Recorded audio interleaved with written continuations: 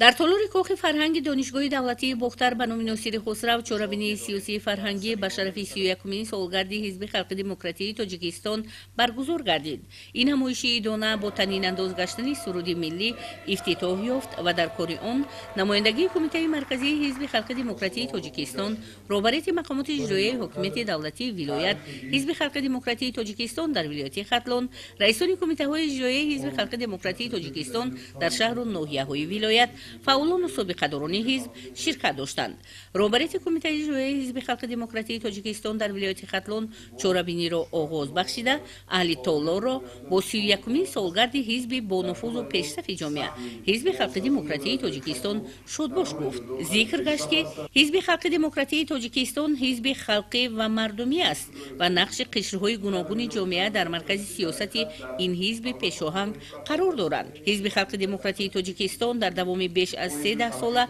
در تشکل و رشد تاجیکستان همچون دولت صاحب اختیار نقش کلیدی بازیده در تامین صلح و ثبات و رشد استوار کشور در شرایط گزارش و احیای دولتداری نوین تاجیکان سهم نظررس گذاشته است و امروز میان جامعه همچون حزب با نفوذ و سازنده اعتراف گردیده است. سپس معاون رئیس ولایت اشتراکداران این چهاربینی سیاسی فرهنگی را از نام رهبری مقامات اجرایی حکومت دولتی ولایت تبریک گفته بهترین افکار را عاید به تاریخ تأسیس یابی، تشکل و سهم حزب خلق دموکراتیک تاجیکستان در رشد و پیشرفت جامعه بیان نمود. گفته شد که در تشکل و پیشرفت دولت دموکراتیک فعالیت حزب‌های سیاسی نقش اساسی داشته، یکی از عنصرهای مهمترین سیستم سیاسی دولت میباشد. تشکیل کننده و رهبر حزب خلق دموکراتیک تاجیکستان پیشوای ملت محترم امامعلی رحمان میباشند و زیر رهبری پیشوای معظم ملت حزب خلق دموکراتیک تاجیکستان موقع خود را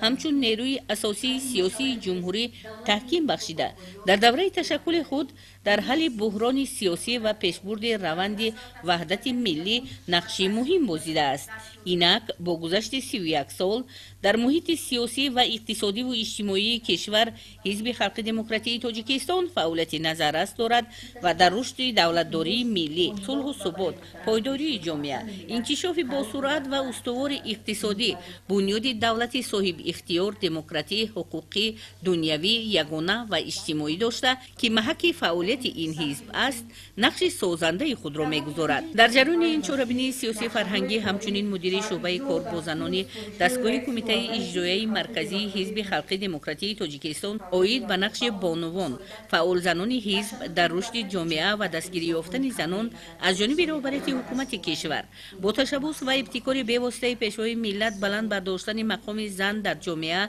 بیانی افکار نمود. اظهار داشت که محض صداقت و صمیمیت خاصه، احساس بلند میهن‌پرستی و افتخار وطنداری، غمخوری و نظر خیرخواهانه به خلق و ملت و نیت پاک و قلب سرشار از محبت انسانی رئیس معظم حزب خلق دموکراتیک تاجیکستان محترم امامعلی رحمان می باشد که سال تا سال اعضا و جانبداران حزب در کشور افزایش می‌یابند و همگی هدف‌های سازندگی و بنیادکارانه را پیشه کردند. رئیس شورای سابقه‌داران حزب خلق دموکراتیک تاجیکستان در ولایت ختلان و دیگر اشتراکداران چهاربینی نیز عاید به فعالیت حزب خلق دموکراتیک تاجیکستان بیانی نظر نموده اظهار داشتند که حزب خلق دموکراتیک تاجیکستان برای اتحاد نیروهای سالم جامعه با مقصد زینه به زینه بلند برداشتن نیکواحوالی خلق، رشد اقتصاد در زمینه پیشرفت شکل‌های گوناگون مالکیت، تامین حقوق و آزادی‌های انسان تأسیس یافته